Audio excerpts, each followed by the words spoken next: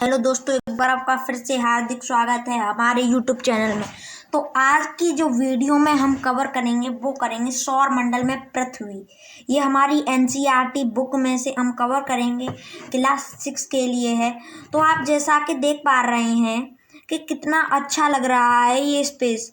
कुछ इसी प्रकार के स्पेस की आज हम इस वीडियो में बात करने वाले हैं, ठीक है। तो बिना किसी देरी के अब वीडियो को स्टार्ट करते हैं।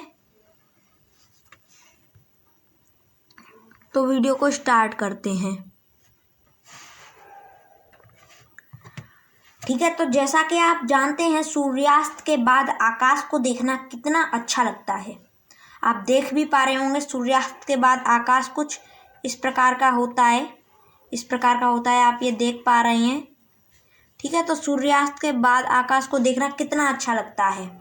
आसमान में पहले एक या दो चमकते बिंदु ही दिखते हैं। आप बिंदु कहिए या फिर इन्हें तारे कहिए, ठीक है। बिंदु कहिए या फिर इन्हें तारे कहिए। तो आसमान में पहले एक या दो चमकते बिंदु ही दिखते हैं, लेकिन बाद में इनकी संख्या बढ़ती जाती है। आप उनकी गणना नहीं कर सकते। संपूर्ण आकाश छोटी छोटी चमकदार वस्तुओं से भर जाता है, जिसमें से कुछ चमकीले होते हैं एवं कुछ धुंधले। ऐसा प्रतीत होता है कि मानो आकाश में हीरे जड़े हों, ठीक है। तो ऐसा प्रतीत होता है मानो आकाश में हीरे जड़े हों। इनमें से कुछ टिमटिमाते प्रतीत होते हैं, लेकिन अगर आप उनको ध्यान से देखेंगे तो आप पाएंगे कि इनमें से कुछ की टिमटिमाहट अन्य से अलग है, ठीक है। ये बिना किसी टिमटिमाहट के चंद्रमा के समान चमकते हैं। अब बात की जाए किसकी? मून की। अब तो मून की बात की जाए तो इन चमकीली वस्तुओं के साथ साथ आप लगभग प्रतिदिन चंद्रमा को भी देखते होंगे। जो आपने ये पीछे चमकीली वस्तुएं देखी, इनके साथ साथ आप लगभग प्रतिदिन चंद्रमा को भी देखते हैं, ठीक है। ये चमकीली वस्तु के साथ आप लगभग प्रतिदिन चंद्रमा को भी देखते हैं। यह अलग अलग समय पर जो आपका ये मून है, आप जैसा कि यहाँ पर देख पा रहे हैं कि यहाँ पर जब मून बिल्कुल ये सन है, ये हमारा सन है, ये इस जगह ये सन है। तो जब मून सन के बिल्कुल सामने आ जाता है तो फिर उसे हम अमावस्या कहते हैं, जिसमें हमें मून बिल्कुल नहीं दिखता। ये कह सकते हैं हमें मून बिल्कुल नहीं दिखता, ठीक है। तो इन चमकीली वस्तु के साथ आप लगभग प्रतिदिन चंद्रमा को भी देखते हैं। ये तो आप देखते ही होंगे। यह अलग अलग समय पर चंद्रमा अलग अलग समय पर अलग अलग आकार तथा अलग अलग स्थितियों में पाया जाता है। कभी आप देखते हैं आधा कटा दिखता है, अगर कई दिन तक आप देखेंगे तो कभी आप देखते हैं बहुत बड़ा दिखेगा, जैसे कि यहाँ पर कंडीशन है। आप कभी देखेंगे कि ऐसा दिखेगा, आप कभी देखेंगे तो दिखेगा ही नहीं, ठीक है। तो इस प्रकार ये दिखता है। तो आपको जैसे सपोज कीजिए इधर से लाइट आ रही है और यहाँ पर आप खड़े हैं। अब जब यहाँ पर आप खड़े हैं तो जब आपको देखा जाएगा तो आप बहुत काले काले दिखेंगे। और जब लाइट थोड़ा सा आप इधर की साइड आ जाएंगे, यहाँ से लाइट आ रही है तो फिर आप थोड़े से साफ दिखने लगेंगे। जब यहाँ पर आ जाएंगे तब और साफ दिखने लगेंगे, जब यहाँ पर आ जाएंगे और साफ दिखने लगेंगे, जब यहाँ पर आ जाएंगे फिर बिल्कुल पूरी तरह क्लियर दिखने लगेंगे, जब यहाँ पर आ जाएंगे तब थोड़ा और कम साफ दिखने लगेंगे। फिर यहाँ पर ऐसे ही मून ऐसे ही हमें दिखता है, ठीक है। तो आप पूर्ण चंद्रमा को लगभग 1 महीने में एक बार ही देख सकते हैं। आप पूर्ण चंद्रमा जो पूरा मून है उसे 1 महीने में एक बार ही देख सकते हैं। यह पूर्ण चंद्रमा वाली रात पूर्णिमा होती है। क्या होती है? पूर्णिमा होती है, ठीक है। 15 दिन के बाद आप इसे नहीं देख सकते हैं। 15 दिन के बाद अगर आप देखेंगे तो ये मून अपने इस स्टेज पर आ गया होगा, और जब इस स्टेज पर आ जाएगा तो आपको ये बिल्कुल ब्लैक नजर आएगा। जब आप इसे इस स्टेज पर आ जाएगा तब आपको ये बिल्कुल ब्लैक नजर आएगा, या फिर आप इसे देख ही नहीं पाएंगे। आपको लगेगा कि मून कहाँ गायब हो गया, पर मून कहीं गायब नहीं हुआ है। मून अपनी जगह पर ही है। सूर्य का यहाँ से प्रकाश डायरेक्ट पड़ रहा है उस पर, इसलिए हम उसे नहीं देख पा रहे हैं, ठीक है। सूर्य के प्रकाश के बिल्कुल सामने आ गया है वो, इसलिए हम उसे नहीं देख पा रहे हैं मून को। ठीक है, तो 15 दिन के बाद आप इसे नहीं देख सकते। यह रात कौन सी होती है? तो यह अमावस्या होती है। ऐसी रात में अगर आसमान साफ है तो आप आसमान का अवलोकन अच्छी तरह कर सकते हैं। क्या आपको इस बात पर आश्चर्य नहीं होता कि दिन के समय जब आपने देखा होगा कि दिन होता है, जब आपने देखा है कि दिन होता है, तो दिन के समय हम इन चमकीली वस्तुओं को क्यों नहीं देख पाते? ठीक है, तो दिन के समय हम इन चमकीली वस्तु को क्यों नहीं देख पाते? आपके मन में कभी ना कभी तो ये सवाल आया ही होगा। तो हम इसलिए नहीं देख पाते क्योंकि उस समय सूर्य देव है ना, उनका प्रकाश अत्यधिक तेज होता है। उसकी वजह से हम दिन के समय इन कम चमकीली वस्तुओं को नहीं देख पाते हैं। सूर्य के प्रकाश में ये वस्तुएं ढक जाती हैं, या होती तो ये अपनी जगह ही है पर ढक जाती हैं। जब रात हो जाती है तब तो सूरज चले जाता है हमारी रोटेशन के कारण, इसलिए फिर क्या होता है, तो फिर हम देख पाते हैं। ठीक है, तो अब आगे देखते हैं। तो सूर्य, आप ये देख पा रहे होंगे सन आप देख पा रहे हैं, ये सन है, सन देख पा रहे हैं, ये सन। और कौन? सूर्य। चंद्रमा आप ये देख पा रहे हैं, ये चंद्रमा, ये है मून, अर्थ। और भी आपने जो अभी ये पीछे देखे थे ऑब्जेक्ट, ये क्या कहलाते हैं? तो ये खगोलीय पिंड कहलाते हैं। क्या कहलाते हैं? ये खगोलीय पिंड कहलाते हैं। ठीक है, कुछ खगोलीय पिंड बड़े आकार वाले, कुछ खगोलीय पिंड कैसे होते हैं? बड़ा आकार होता है, बहुत ही बड़े होते हैं। वो कैसे होते हैं? बहुत बड़े होते हैं। जैसे हमारा सन है, सन बहुत बड़ा है, हमसे दूर होने की वजह से हमें छोटा लगता है, पर बहुत बड़ा है सन। इतना बड़ा है कि यहाँ पर इसमें बहुत सारी पृथ्वी समा सकती हैं। और आपने देखा ही होगा जब हम एक देश से दूसरे देश जाते हैं तभी कितनी दूरी होती है। तो सन तो बहुत बड़ा है, बहुत दूर है हमसे, इसलिए हम देख नहीं पाते हैं। ठीक है, तो कुछ खगोलीय पिंड हमने अभी आपको बताया था खगोलीय पिंड क्या होते हैं। तो कुछ खगोलीय पिंड बड़े आकार के होते हैं और गर्म होते हैं। कैसे होते हैं? गर्म होते हैं। जैसे हमारा सन है, ये गैसों से बने होते हैं, हमारा सन भी गैसों से ही बना है। और इनके पास अपनी ऊष्मा या प्रकाश होता है। सन के पास अपनी ऊष्मा और प्रकाश भी है, जिसे वे बहुत बड़ी मात्रा में उत्सर्जित करते हैं। सन भी उसे बहुत बड़ी मात्रा में उत्सर्जित करता है, जिससे पृथ्वी, बुध, शुक्र, मंगल ऐसे और भी ग्रहों को यहाँ से प्रकाश और ऊर्जा मिल पाती है। सौर ऊर्जा यहाँ से मिल पाती है और भी ग्रहों को। ठीक है,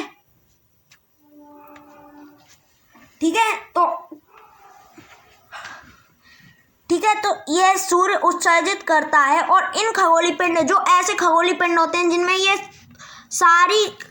ये सारे रूल फॉलो करते हैं, वो क्या कहलाते हैं? वो तारा कहलाता है। क्या होते हैं? वो तारा होता है। और सन भी क्या है? सन भी एक तारा है। ठीक है, सूर्य भी एक तारा है, या फिर कह सकते हैं सन भी एक स्टार है। और ठीक है, और जो भी और भी ऑब्जेक्ट इस रूल को फॉलो करते होंगे वो भी तारे ही कहलाएंगे। सारे ऑब्जेक्ट तारे कहलाएंगे। इन खगोलीय पिंडों को क्या कहते हैं? तारा कहते हैं। ठीक है, अब आगे देखें, तो आगे देखते हैं। ठीक है, तो रात के समय चमकते हुए अनगिनत तारे सूर्य के समान ही हैं। जो आपने पीछे देखा था कि रात के समय ये तारे चमक रहे थे, ये हमारे रात के समय चमकने वाले तारे हैं। ये भी सूर्य जैसे ही हैं एकदम। ठीक है, ये भी अनगिनत हैं और सूर्य के समान ही हैं, लेकिन हमसे बहुत अधिक दूर होने के कारण हम लोग उनकी ऊष्मा या प्रकाश को महसूस नहीं करते हैं, तथा वे अत्यंत छोटे दिखाई पड़ते हैं। आप देख सकते हैं यहाँ पर कितने छोटे दिख रहे हैं। आप ग्रह जब देखेंगे ना यहाँ पर, तब कितने छोटे दिख रहे हैं। आप ये देख सकते हैं कितने छोटे दिख रहे हैं ये ग्रह। आप देखिए ये तारे, देखिए तारा कितना छोटा दिख रहा है ना। ये देखिए आप, तारा कितना छोटा दिख रहा है। ये तारा देखिए, तारा कितना छोटा दिख रहा है। ठीक है, तो ये सन के समान ही है, सन जैसे ही है ये भी। ठीक है,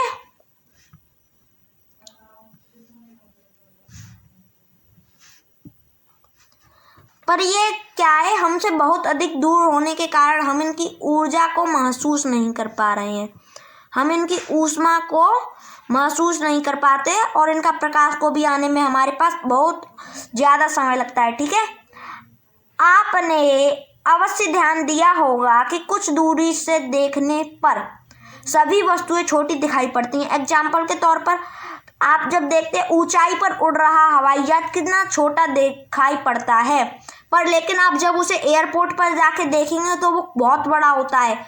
वो आसमान में जाके छोटा नहीं होता, पर वो दूर हो जाता है, इसलिए हमें छोटा लगने लगता है। ठीक है, तो अब आगे देखते हैं। ठीक है, तो रात के आसमान की ओर देखते समय आप तारों के विभिन्न समूहों द्वारा बनाई गई विभिन्न आकृतियों को देख सकते हैं। ठीक है, यह नक्षत्र मंडल कहलाती है। इसी प्रकार का एक नक्षत्र मंडल अर्सा मेजर है। ये आप देख रहे हैं, अर्सा मेजर है, ये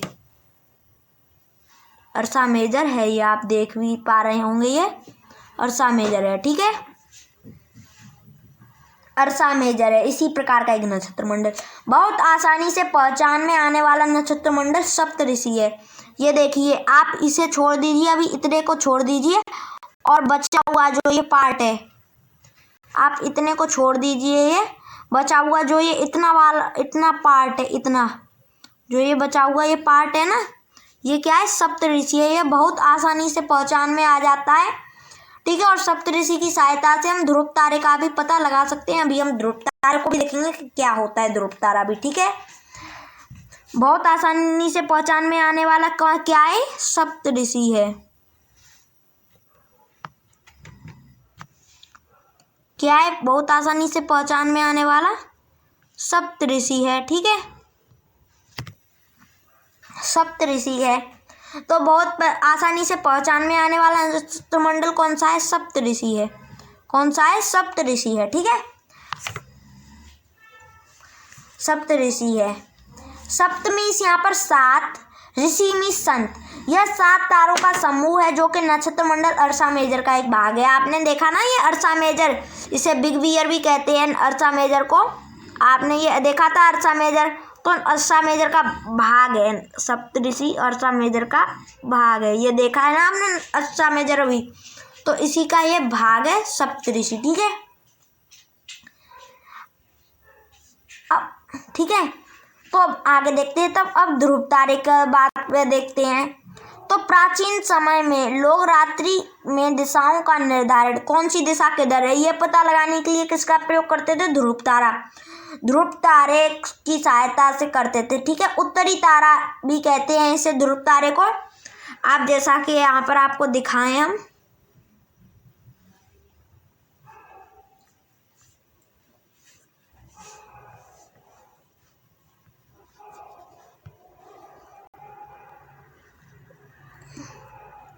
ये आप देख रहे हैं ध्रुव तारा है इस जगह, ये सप्तऋषि की सहायता से इसे पता लगाया जा सकता है। देखिए ये सप्तऋषि है, ये आपने देखा, इसे यहाँ से मिला देंगे तो ये सप्तऋषि बन जाएगा।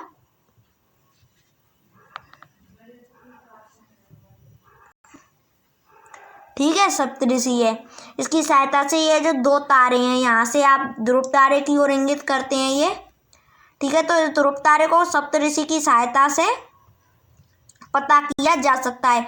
इससे उत्तर दिशा पता चल जाती थी, तो फिर उसके बाद हमें ये तो पता ही थी कि उत्तर दिशा के अपोजिट में कौन सी होती है, उत्तर दिशा के अपोजिट में दक्षिण होती है, और दक्षिण के और उससे हम ये भी पता लगा लेते थे कि पूर्व पश्चिम किधर होते हैं।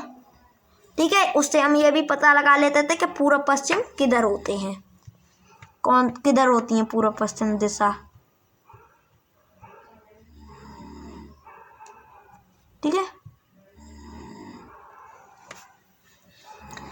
तो अब आगे देखते हैं। ठीक है, अब ग्रहों को देख लेते हैं, किसे, ग्रह को देख लेते हैं। तो ठीक है, आप जो ये देख पा रहे हैं अब, Mercury, Earth, Venus, Mars, Jupiter, Saturn, Uranus, Neptune, ये सारे ग्रह हैं। और ये सन क्या है, तो ये एक स्टार यानी तारा है, और ये क्या है बाकी ये ग्रह यानी प्लेनेट हैं। ठीक है,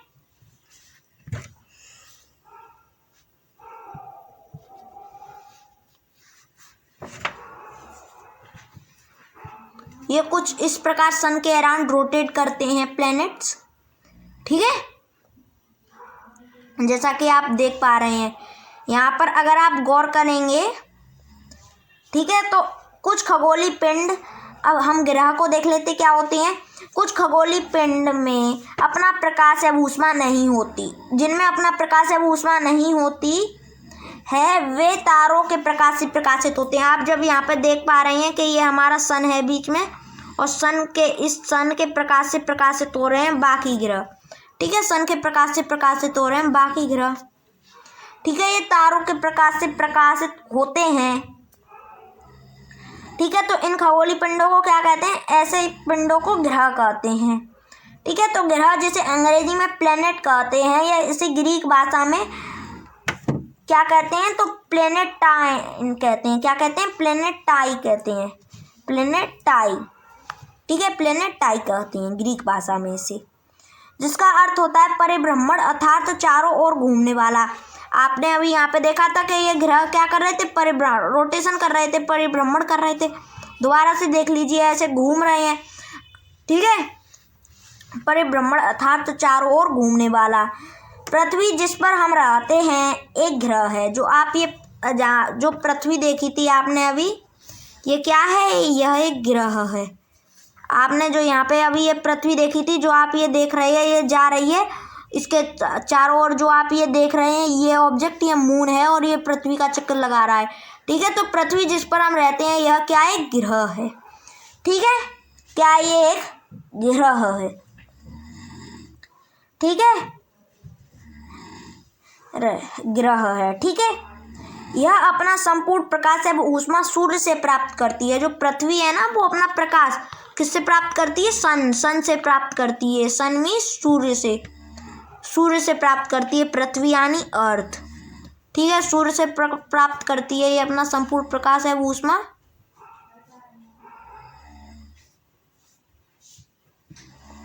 ठीक है, ये संपूर्ण प्रकाश है वो ऊष्मा किससे प्राप्त करती है, सूर्य से प्राप्त करती है। ठीक है, ठीक है, सूर्य से प्राप्त करती है, जो पृथ्वी के सबसे नजदीक का तारा है।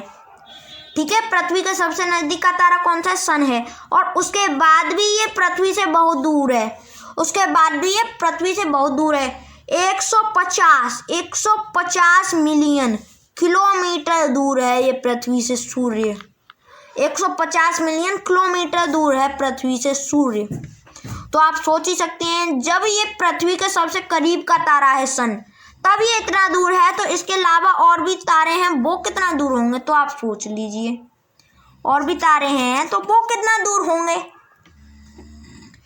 ठीक है, और इसके बाद जो पृथ्वी के सबसे नजदीक का तारा है वो कौन सा है, प्रोक्सिमा सेंचुरी है।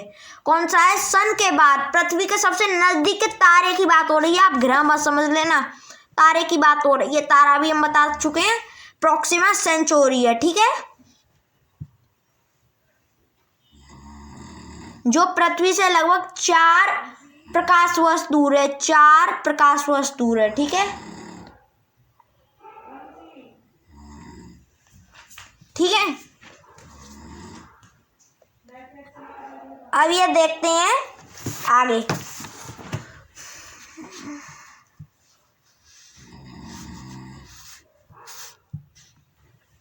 तो इस प्रकार कुछ रोटेट करते हैं अर्थ और बाकी ग्रह, तो आप देख लीजिए यहाँ पर। तो बात की जाए अब पृथ्वी से। ठीक है, सबसे बात करते हैं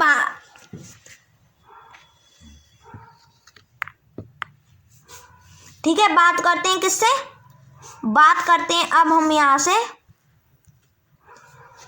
किसकी, तो मर्क्यूरी की बात करते हैं। यहाँ से वो अर्थ, यहाँ से सूर्य से कितना दूर है, तो वो कितना दूर है, 58 मिलियन, कितना, 58 मिलियन किलोमीटर, 58 मिलियन किलोमीटर दूर है। ठीक है, कितना दूर है, 58 मिलियन किलोमीटर दूर है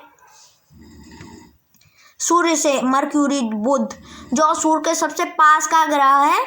कैसे है तो सबसे पास का ग्रह सूर्य से मरक्यूरी है, फिर वीनस है, फिर अर्थ है, फिर मार्स है, फिर जुपिटर है, फिर सैटर्न है, फिर यूरेनस है और फिर नेपच्यून है। ठीक है,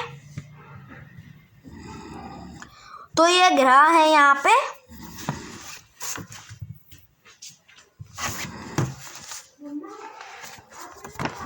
ठीक है, ये ग्रह हैं कुछ।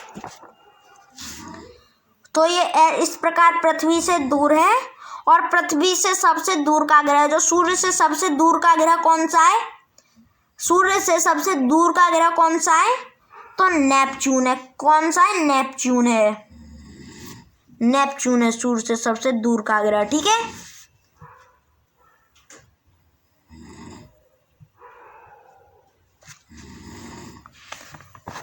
अब बात करी जाए आगे।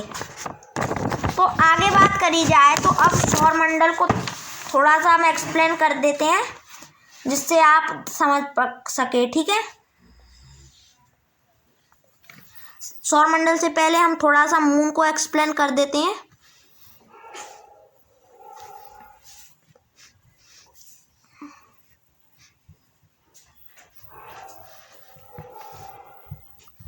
ठीक है, तो जो आसमान में दिखने वाला चंद्रमा एक उपग्रह है, किसका? पृथ्वी का।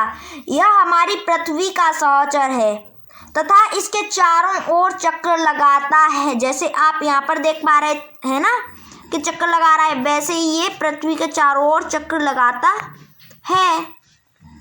ठीक है, पृथ्वी के चारों ओर चक्कर लगाता है। हमारी पृथ्वी के समान 7 अन्य ग्रह हैं जो कि सूर्य से प्रकाश एवं ऊष्मा प्राप्त करते हैं।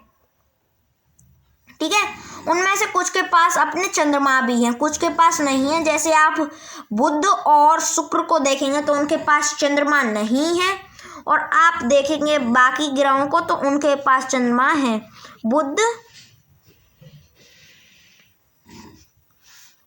बुध और शुक्र के पास अपना कोई भी मून नहीं है और बाकी ग्रहों के पास अपने मून हैं। ठीक है, तो अब आगे देखते हैं। ठीक है, तो अब हम सोलर सिस्टम देखते हैं। क्या? Solar system.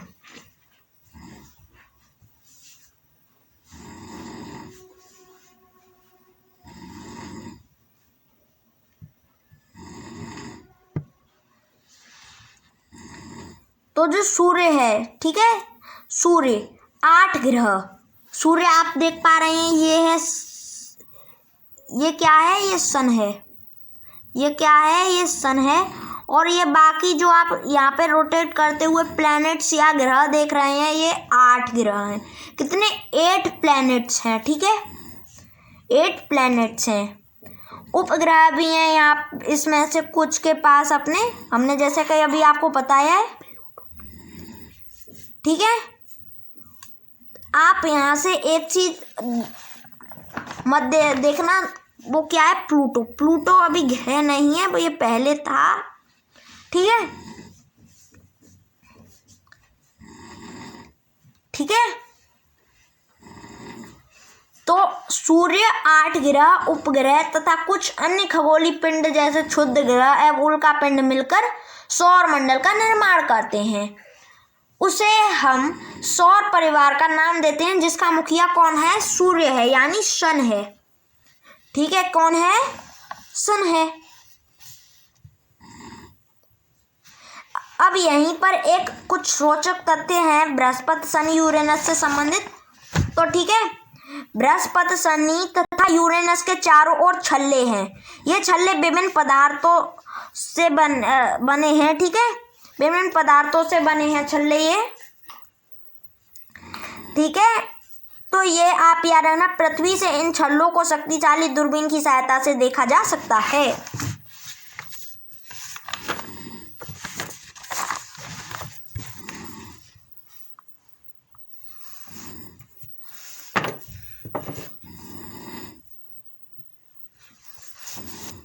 ठीक है, तो आपने ये देख लिया। अब हम देख लेते सूर्य।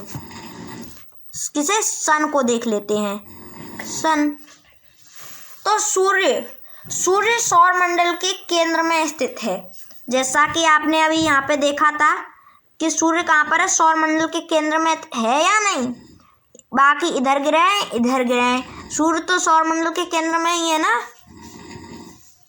तो जैसा कि आपने देखा कि सूर्य सौर मंडल के केंद्र में स्थित है, ठीक है।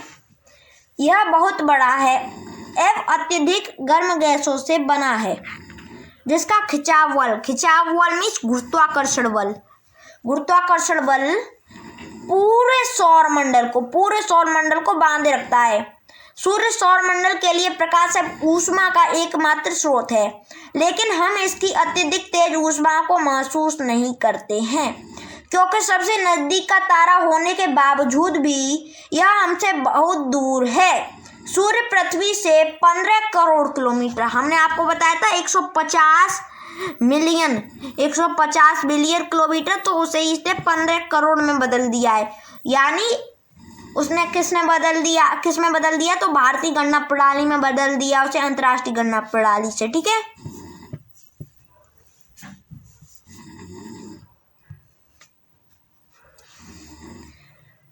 ठीक है, अब ग्रह को देख लेते हैं एक बार फिर से।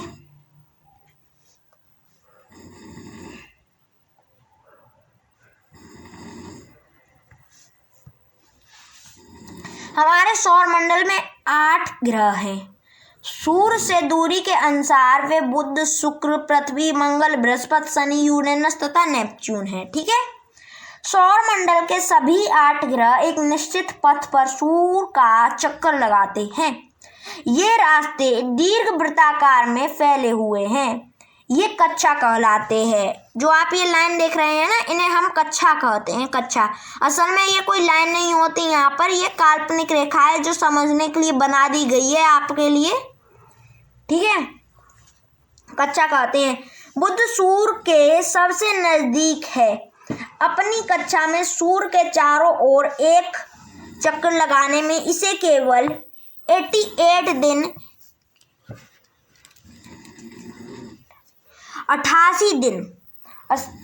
दिन लगते हैं। शुक्र को पृथ्वी का जुड़वा ग्रह माना जाता है, क्योंकि इसका आकार और आकृति लगभग पृथ्वी के समान है। इसकी जो आकार आकृति है ना, वो कैसी है, पृथ्वी के समान है। आप यहाँ पर देखिए, ये आप देखेंगे जब, तो इसकी आकार और आकृति आपको पृथ्वी के समान लग रही है या नहीं, तो इसलिए इसे पृथ्वी का जुड़वा ग्रह भी कहा जाता है।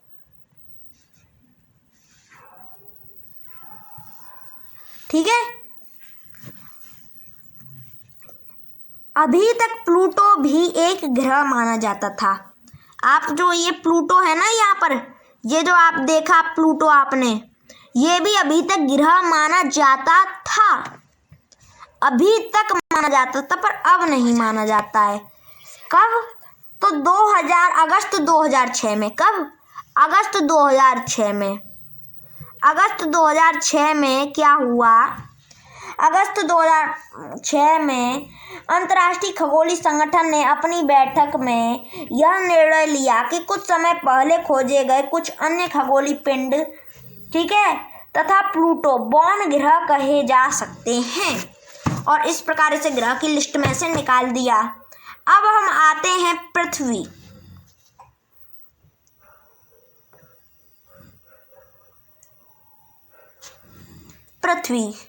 तो पृथ्वी को देखते हैं।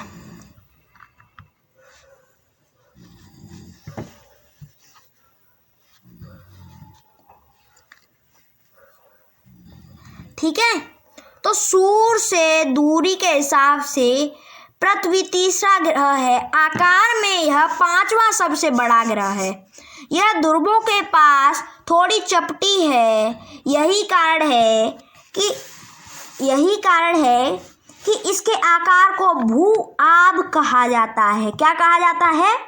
भू-आब कहा जाता है। क्या कहते हैं इसके? क्या कहते हैं इसकी आकृति को? भू-आब। क्या कहते हैं? भू आब कहा जाता है। ठीक है, क्या कहा जाता है? भू आब कहा जाता है। ठीक है, तो जीवन के लिए अनुकूल परिस्थितियां संभव केवल पृथ्वी पर ही पाई जाती हैं। अभी तक की खोज के मुताबिक जीवन के लिए केवल अनुकूल परिस्थितियां का पृथ्वी पर ही पाई जाती हैं। ठीक है, पृथ्वी पर ही पाई जाती हैं। पृथ्वी न तो अत्यधिक गर्म है और न ही अधिक ठंडी। यहाँ पर पानी एवं वायु उपस्थित है जो हमारे जीवन के लिए आवश्यक है। वायु में जीवन के लिए आवश्यक गैस जैसे ऑक्सीजन मौजूद है। इन्हीं कारण से पृथ्वी सौरमंडल का सबसे अद्भुत ग्रह है। अंतरिक्ष से देखने पर यह पृथ्वी नीले रंग की दिखाई पड़ती है। जैसा कि आप यहाँ पर देख पा रहे हैं कि पृथ्वी कैसी दिख रही है? नीले रंग की दिख रही है। ये देख रहे होंगे आप, पृथ्वी कैसी दिख रही है? नीले रंग की दिख रही है। इस जगह आप देखेंगे तो पृथ्वी नीले रंग की दिख रही है। ठीक है, इस जगह आप देखेंगे तो पृथ्वी नीले रंग की दिख रही है। ठीक है, तो ये अंतरिक्ष से देखने पर कैसे दिखाई देती है? नीले रंग की दिखाई देती है क्योंकि इसकी 2/3 सतह पानी से ढकी हुई है, इसलिए इसे नीला ग्रह भी कहा जाता है। ठीक है, इसलिए इसे क्या? नीला ग्रह भी कहा जाता है। किसे? पृथ्वी को नीला ग्रह भी कहा जाता है। पृथ्वी को नीला ग्रह भी कहा जाता है। अब बात करी जाए किसकी? चंद्रमा की। हमारी पृथ्वी के पास केवल एक ही उपग्रह है, वो कौन है? चंद्रमा है। आप यहाँ पर देख रहे होंगे जब पृथ्वी रोटेट करती है सूर्य के अराउंड, तो चंद्रमा कुछ इस प्रकार पृथ्वी के साथ रोटेट करता है। आप ये देख रहे होंगे पृथ्वी के चारों ओर कुछ घूम रहा है। ये और कोई नहीं, चंद्रमा है। क्या है ये? चंद्रमा है।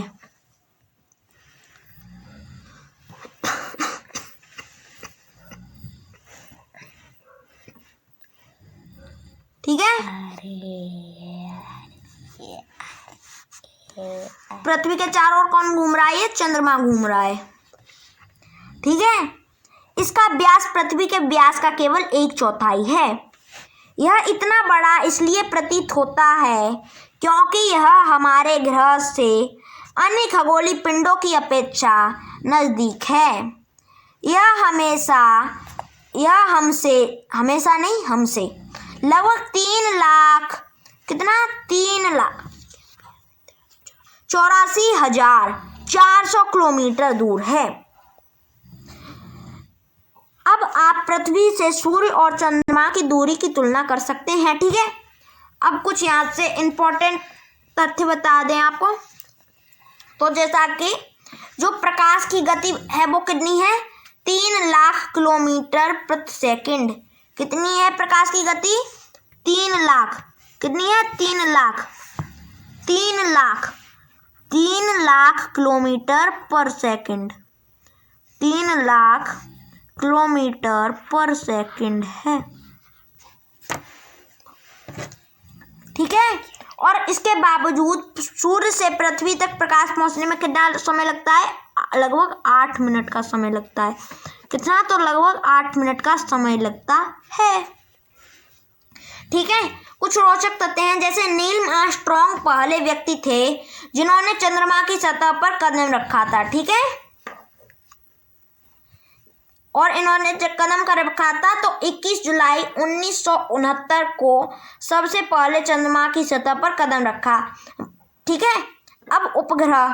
तो उपग्रह क्या होते हैं? एक खगोलीय पिंड है जो ग्रहों के चारों ओर उसी प्रकार चक्कर लगाते हैं जिस प्रकार ग्रह सूर्य के चारों ओर चक्कर लगाते हैं। ठीक है, आप जैसे कि यहाँ पे पीछे आपने देखा भी कि पृथ्वी का उपग्रह चंद्रमा पृथ्वी के चारों ओर उसी प्रकार चक्कर लगा रहा था जिस प्रकार ग्रह सूर्य के चारों ओर चक्कर लगाते हैं।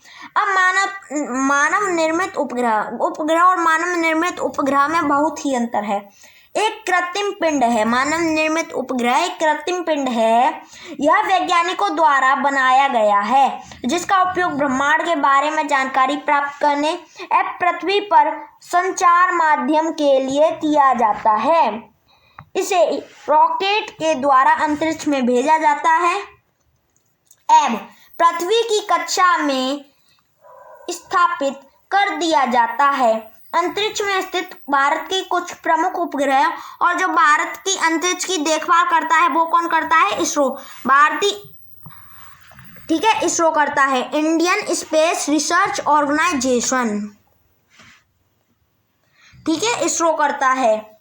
तो इसरो के द्वारा भेजे हुए कुछ उपग्रह मानव निर्मित उपग्रह हैं जैसे आर्यभट्ट, इनसैट, IRS, एडूसैट इत्यादि हैं, ठीक है। और भी कई भेजे हैं इसरो ने, पर अभी आपके लिए यही जानना जरूरी है, ठीक है। तो हमारा टॉपिक क्या चल रहा था? मून चल रहा था। तो मून,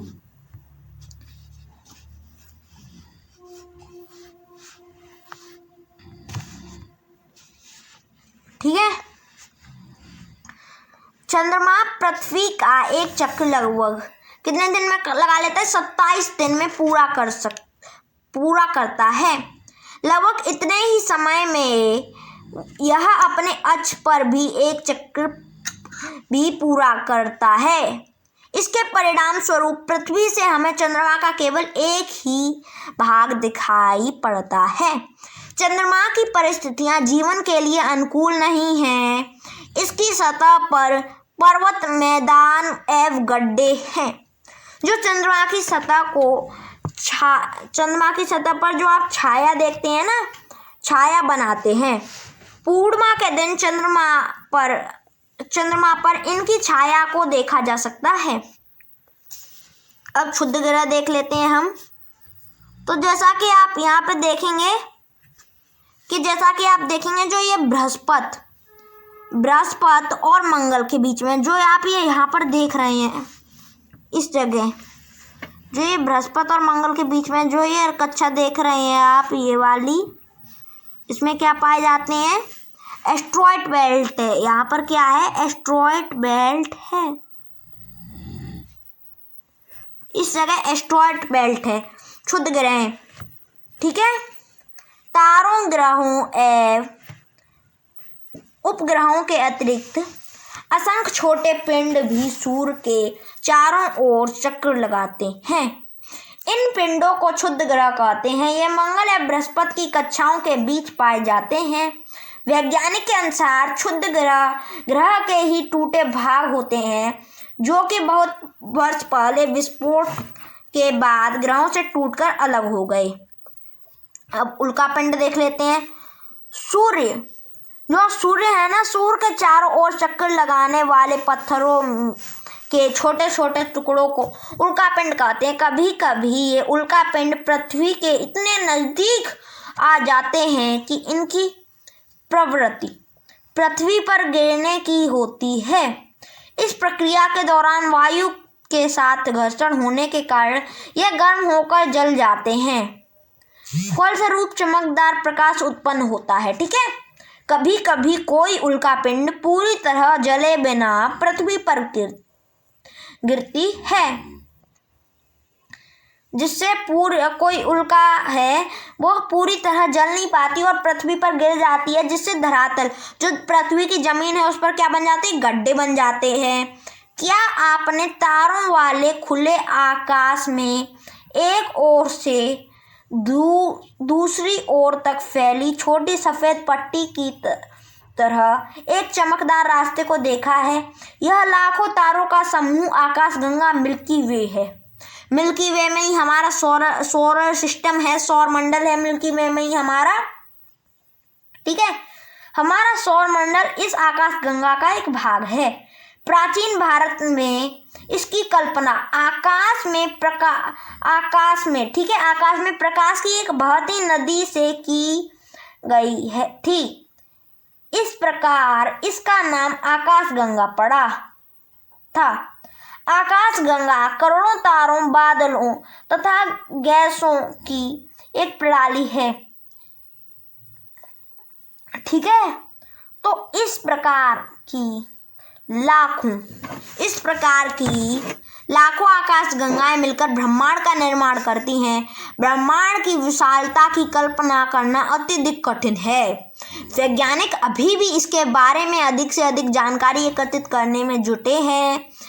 इसके आकार से संबंध में हमें कोई जानकारी नहीं है। हमें कुछ नहीं पता कि ब्रह्मांड कितना बड़ा है, लेकिन फिर भी हम जानते हैं कि हम सभी इस ब्रह्मांड का एक हिस्सा हैं। ठीक है, तो आज के लिए बस इतना ही। वीडियो को ख़त्म करते हैं। अगर वीडियो अच्छी लगी हो तो लाइक कर दीजिए और हमारे यूट्यूब चैनल को सब्सक्राइब कर दीजिए। ऐसी ही इंटरेस्टिंग वीडियो आपको मिलती रहेंगी। नमस्कार, जय हिंद।